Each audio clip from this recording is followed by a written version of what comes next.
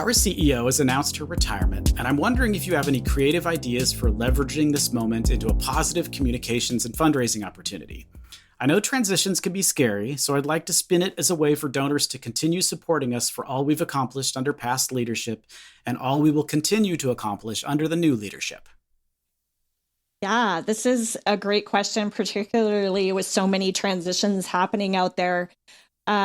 A handful of things I would recommend. I always think before any large transition, like a leadership transition, reaching out to donors before you do the public announcement. It's just like, not every donor, of course, but perhaps like your highest and most loyal donors get a special phone call just saying, hey, we wanted to let you know about the change. And here's, and if that phone call can even be done by a board member or a board member in partnership with the outgoing CEO, it's a great opportunity to kind of build rapport and just say, we wanted to let you know. And whether it's a call or a coffee, but just something to say, hey, before you hear about this publicly, wanted to let you know. And then actually inviting the donor to be part of helping you imagine the future, to say, gosh, we know we've accomplished so much under, it as a team with everyone, like not just the president, outgoing president or CEO or whatever, but like we've accomplished so much. But, what do you see as some of the important or pressing needs that incoming leadership is going to need to address? And donors love, love, love feeling special enough to be asked that question. They love the idea of they kind of got the special announcement before hearing about it publicly. So that is a really, like, in my mind, it's kind of, that's like a baseline of what you do. And then I think there's other things you can add that are maybe more fun, but and creative, but can also help with the transition. Some sort of a farewell party for the outgoing kind of CEO. And I've seen some organizations do it just for that, for the sake of that, but I've seen some do it to also tie in like a fundraising opportunity, saying, hey, if you want to help set up our new CEO for success, we've created this CEO priorities fund where we know a new CEO is gonna have also some of their own passion projects or their own ideas, and so help get them off on a fresh start. So there's ways, if you want to tie that in, that you can. I also think making sure that I do think the messaging is important, because so many organizations we see, Andy, will say this, it becomes very individual centric. It's like, look how much was accomplished under this leader, which is not only demoralizing to the entire team of staff, board members, volunteers, but it's also exactly what you don't want to send, is that it was this person, this unicorn, right, who made this all happen. And so I think the messaging needs to be nuanced in a way that's like, look at all we have accomplished together, and we're going to continue that moving forward into this next step. And then I think, once obviously the new person comes on and gets hired, making sure that person is basically there's some warm handoffs and intros with not only donors, but key stakeholders of all kinds. I do think the board, while boards seem to struggle with this, I do think the board playing some kind of a public role in showing the steady hand through a major leadership transition is absolutely critical. And the messaging, a lot of it should come from the board, because it actually just sort of symbolizes, don't worry, we've got this under control. So those are, those are my initial ideas. Have you seen anything that has particularly worked well? Yeah. So one thing that you kind of alluded to is one group that I worked with, the board. With the outgoing leader, the board put together a fund. They actually raised money specifically for a board designated fund that wasn't spent for anything else, that they then gave grants out to other organizations with the old leader's name. So the previous leader's grant would go out to sort of keep their name in the community doing the same kind of work, but out into other organizations as well. So less internally and more externally, which I thought was an interesting sort of spin on it. I think it was a founder too, right? So they were trying to honor the founder without hobbling the next CEO. I think was part of the reason that they decided to do it that way. I thought that was a really clever move. And then one of the other sort of good news is there's actually a lot of research around this specific activity, this transition from an old leader to a new leader, is that you see a fundraising and a performance bump every time you get a new leader. Yeah. So if you were cynical, you would just start firing the CEO every once in a while just to get that extra little bump. But I mean, I think I don't know that the research has like come across a specific reason for it. But part of it is that the staff kind of wants to impress the new boss. The staff wants to, and the board does too, wants to make sure that, here's a new person coming in who might not necessarily be all bought in on everything. So we're going to show everybody the best sides of our character and look how great the board does with fundraising and look how well the staff performs and all that kind of stuff. So you'll actually see a fundraising and an operations bump with a new leadership change every time it happens. It's not sustainable over a long period of time. It doesn't mean that the new leader can just coast, but it's nice to see that something like that has a follow-on effect that's positive. But yeah, I mean, I think from a PR perspective, for sure, leverage everything you can. If you think that that's going to get traction in the community, traction with other donors, traction with your constituents, go for it. Absolutely. Nonprofit governance. Nonprofit answers. Nonprofit board. Nonprofit management. Nonprofit marketing. Nonprofit resources. Welcome to Nonprofit Everything, the podcast where hosts Andy Shurick and Stacey Wedding answer your questions about all things nonprofit. Well, hello and welcome to another episode of Nonprofit Everything. I'm Andy Shurick. I'm here with my pal Stacey Wedding, and we're here to answer questions about nonprofit stuff. So the way this works is you email us questions, you send it to us through the socials, you buttonhole us in the hallway and say, hey, we've got a nonprofit question, and Stacey and I will do our absolute best to try to get an answer for you. And if we can't do it ourselves, and that happens quite often, we will go drag a guest expert in and get a guest expert to help us do it as well. So remember to send those questions in. We got a pretty good show for you today. Thank you for joining us. And we got a lot packed in, so we'll just jump right in.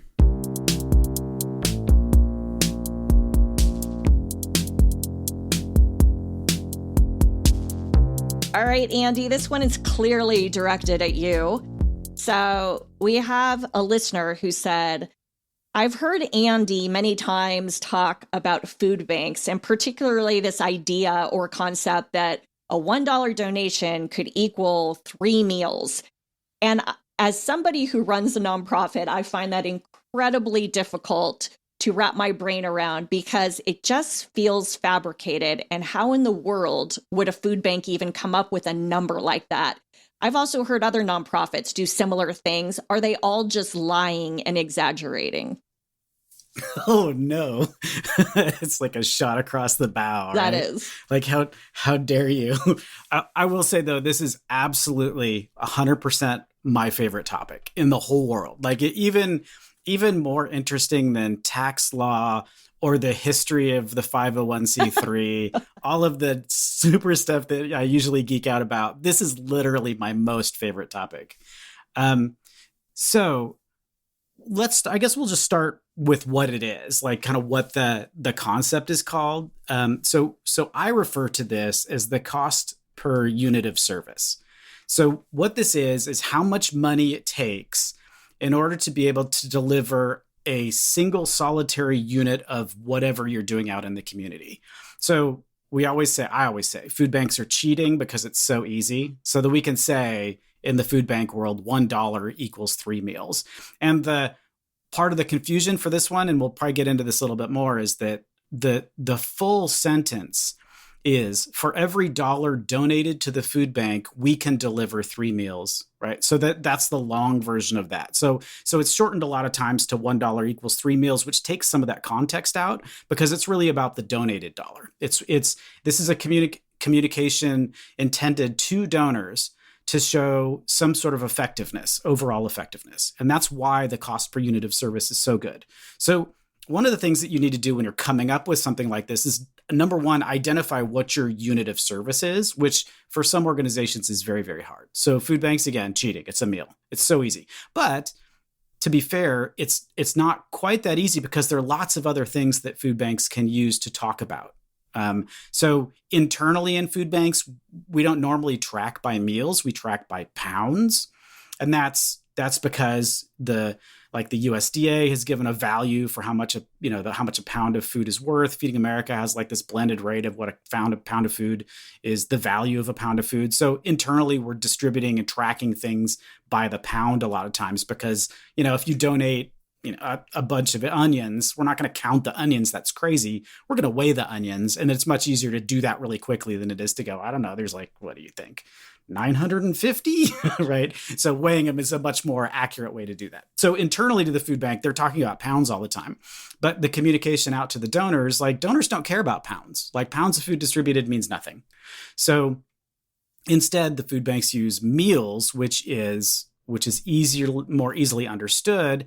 And interestingly, and I think this is what triggers the question too, is when you hear $1 equals 3 meals, like your internal BS detector goes off and says, where on earth am I going to be able to hand someone $1 and get 3 meals back? That seems impossible, right? And that's why it's a good metric, right? Because people understand the value of money, especially small amounts of money, and they understand units of service because that's what they're donating to. So a meal is something that's easily comprehensible.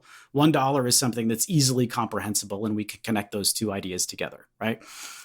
For other nonprofits, it gets a little murkier because, so one of the places where this doesn't really work very well is like medical research, right? Because you can't say, because the point of medical research is to eliminate a disease. So you can't say, $263 million equals one cure for cancer, right? We don't know that because that's not something we've proven. So it becomes very, very difficult in something like medical research to say what the ultimate outcome is and put a dollar amount on it because it's undefined. It becomes very, very difficult to do. In those cases, you would probably need to talk about, instead of ultimate outcomes, you'd need to come up with something that's sort of an interim step, like can fund doctors working on this problem, or can, if it's palliative care, you could talk about how many nights children were able to sleep in a bed instead of on the street, or, something where you're coming up with that in intermediate step rather than the ultimate step, which I handed someone a meal. I guess a bed would be good too. You could do that, nights of people not sleeping on the street. That would be a really good end metric for an organization that was doing that. But sometimes it gets fuzzy. But this is where the fun of nonprofits is, right? Is you get to think about how do we communicate this to our donors in a way that they get what we're doing and understand that we're doing what we're doing in an efficient and effective way. But how does the math, can you help me understand more? How does the math work? So I'm going to tap into your finance brain. So is using the food bank example, is it because there is a lot of donated food or economies of scale because food banks can leverage their buying power because they're buying it, or they're getting it in large amounts? Is that how you get to this $1 equals 3 meals? How do you come up with that math? How does that, what goes into that figure? And it's actually, number one, it's not that complicated, but on the other side, it does seem to be a little bit complicated because you need to make some assumptions along the way. So for the food bank specifically, the USDA, so back when we could trust the USDA to tell us true things, the USDA said the weight of a meal of nutritious food is 1.2 pounds. So 1.2 pounds is the weight of a meal. And a meal can include things like protein, dairy, grain, things that are nutritious, right? Can't include soda, can't include cake, can't include water. Those are things that don't consist of a meal. So those things are specifically excluded. So one of the things the food bank does is keeps track of the nutrition categories. So in the food bank world, we call them, there are 31 of them, 31 ways you can split food into categories. from a Feeding America, like years ago. Feeding America decided there were 31 of them. We called them the 31 flavors. Or at least I called them, I don't know, maybe no one does. I called them the 31 flavors because I thought it was cute. So we'll divide any product coming in, gets divided into one of those 31 categories. And then we can use some of those 31 categories, which are considered nutritious, and determine which ones would qualify. Okay. So we're not including water distributed, things like that. And again, this one specifically is $1 donated equals 3 meals. So $1 then equals 3.6 pounds of nutritious food distributed. And the donation, remember, is only going to cover some of that. So if we get the product for free, if we have a fee for service where we've got extra money coming in from other sources that isn't donated revenue, that doesn't count in that calculation. If we are have some social impact projects where we're actually running a business and generating money in other ways that come into to help offset the cost.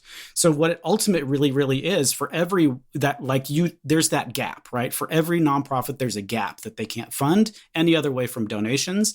And that is specifically targeted to explain exactly how that gap works.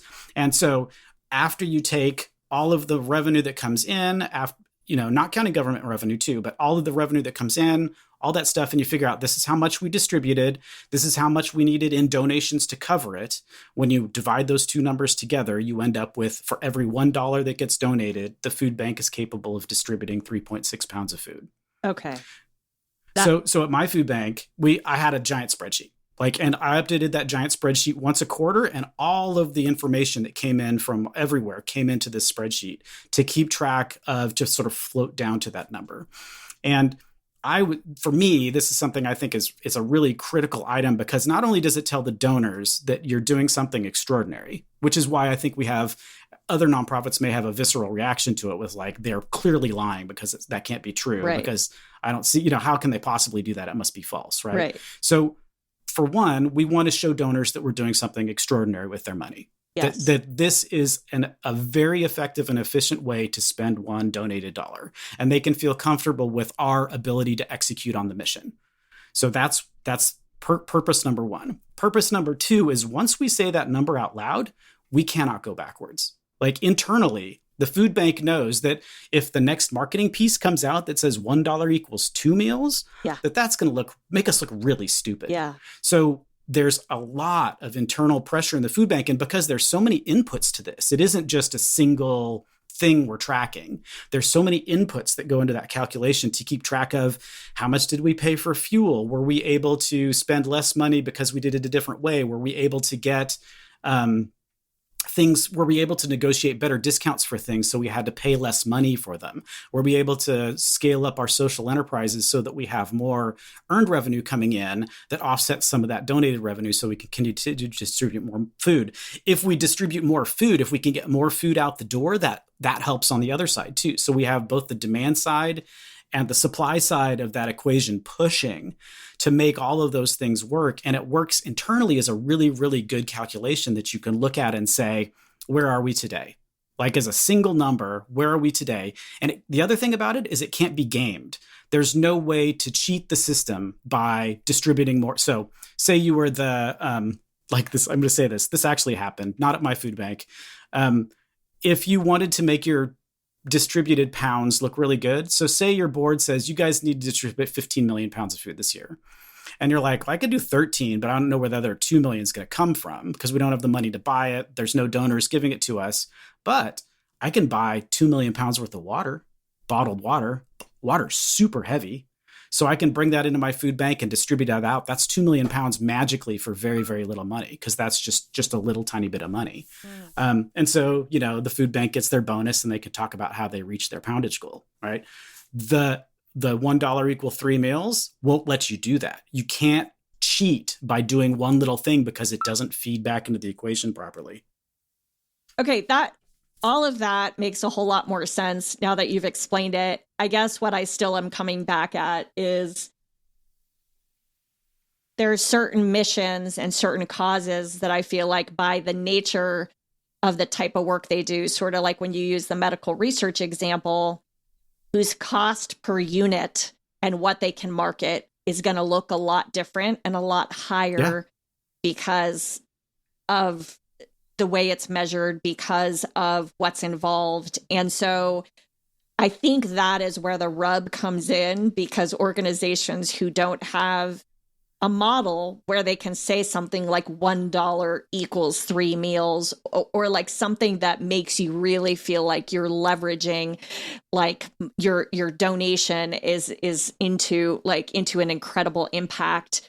And so I guess like there's a part of this that also feels like education for donors, that you can't compare apples to oranges with this. Like a food bank is different than, an arts institution, a museum, whatever, an organization that serves the unhoused. Like this is all going to look very different, and it doesn't mean they're less effective. Yeah, I mean, and the thing that I like about it is that it connects that difficulty up with something that donors understand already, which is the value of $1. Yeah. So if you say something like, if we cure this disease, we can, there are 50,000 people a year that are afflicted with this disease and have this miserable, whatever it is. And you can talk about the cost of medical research and putting doctors on this particular thing instead of something else. And it sort of makes puts your mission in stark relief against other things. Like, how important is this in the grand scheme of things? So one of the things a food bank will even struggle with is that meals so the entire food safety system is emergency response. So none of it is designed for permanent feeding of people who have no other place to go. That's supposed to be handled some other way. This is for people who fall between the gaps, like make too much money to get on SNAP, which is lots and lots of people right now. Maybe, not everybody is meticulous about having a savings account that allow them to fix their car when it breaks so that they can get to work. So when things stop, like you can't, and we've heard the story, like you can't stop paying your rent because you'll get evicted, and that's way worse than skipping a meal. Yeah. So let's just help fill that gap so that they don't have to worry about this one thing, so they can worry about the things that are more important, right? Is it worth $1? Maybe, maybe not. It depends on the donor. So the donor is going to have the mental tools, we'll say, to comprehend whether or not that calculation that you've provided them is, in their opinion, an effective use of their money. So some donors are already doing it with no information at all, right? So if you're really truly just playing to emotions, you're not including any value calculation in it, then that's the way you're communicating with your donors. And those are the donors that are giving to you, the donors that want it solved at any cost, and they'll just help. But they don't necessarily, but because we hear constantly from everywhere, we need to think about what the value of this is. Like, is the best use of my investment? Like, anybody that's ever filled out a grant application has read this question written 300 different ways, which is, why should I give this money to you instead of to somebody else? And that's, if you could just, like Andy's grant application, that would be the only question. There'd be one question: why should I give this money to you instead of to anybody else? And that would be the thing that you were supposed to answer, right? Yeah.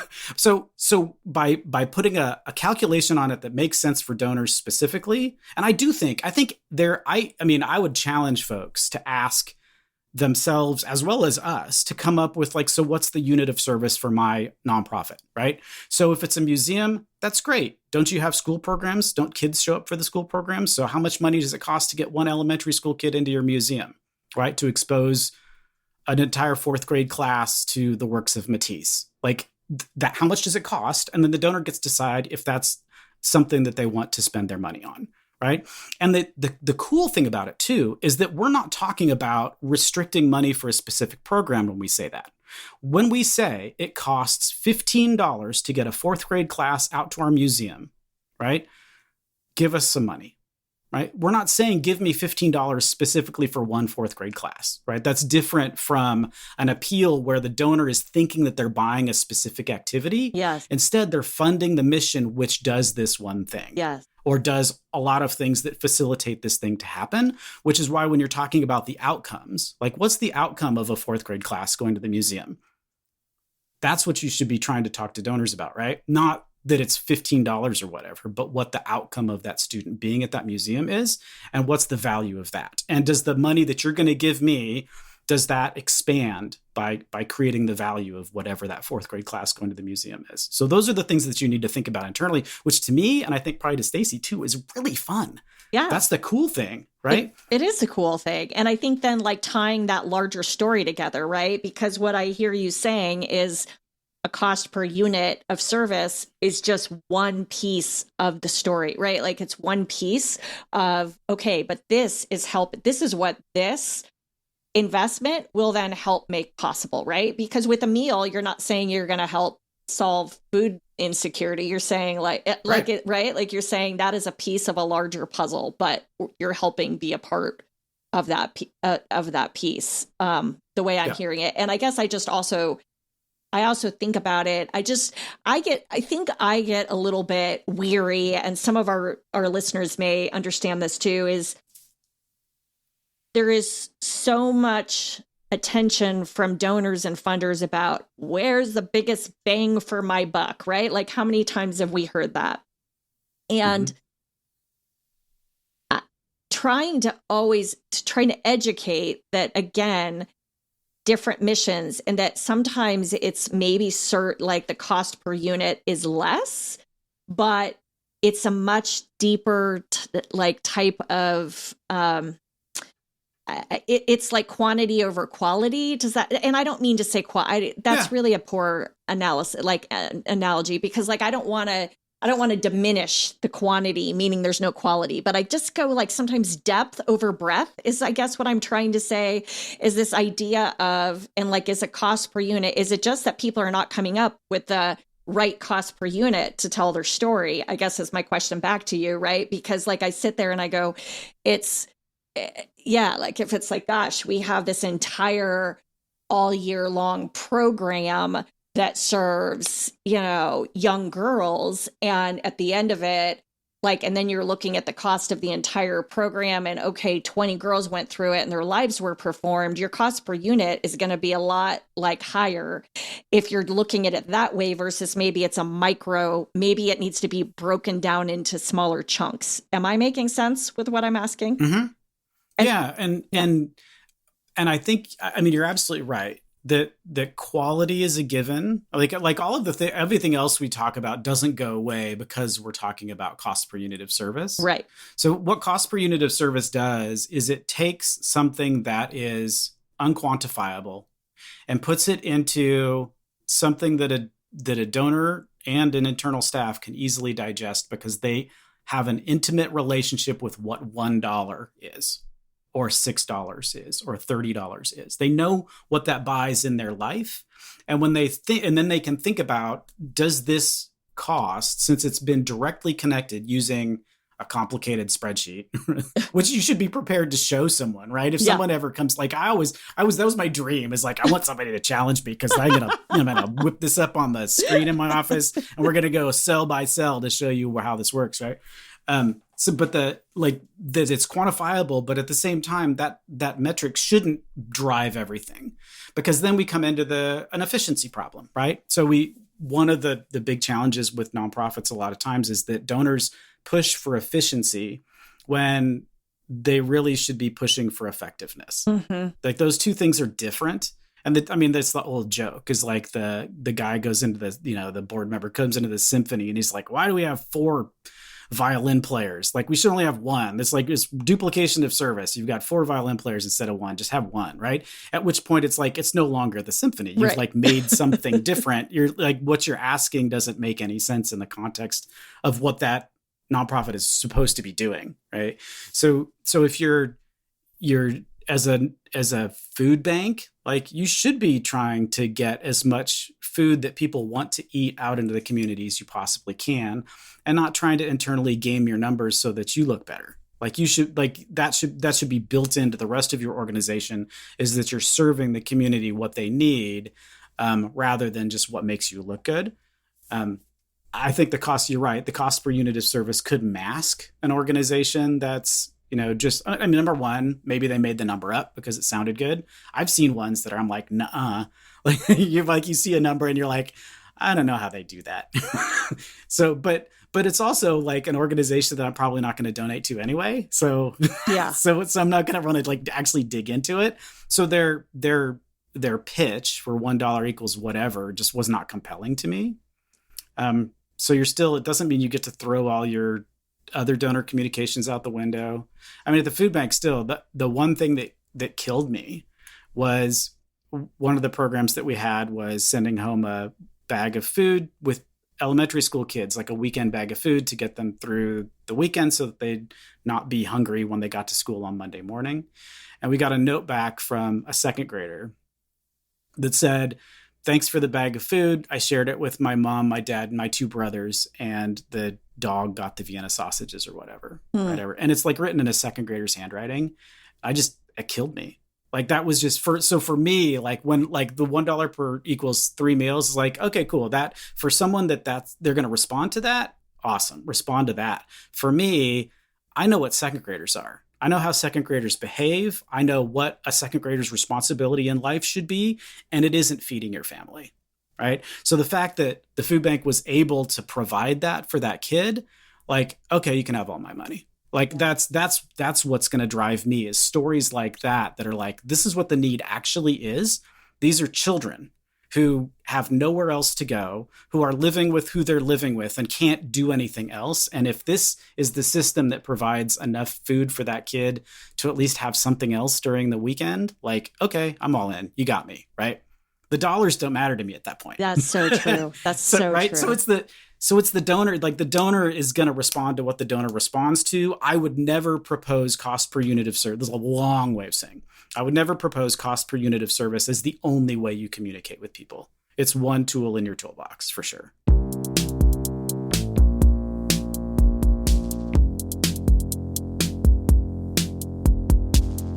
Thanks for joining us this week, Stacey, and I appreciate that you've wasted a perfectly good half an hour with us. Send us questions. The podcast gets really boring without questions.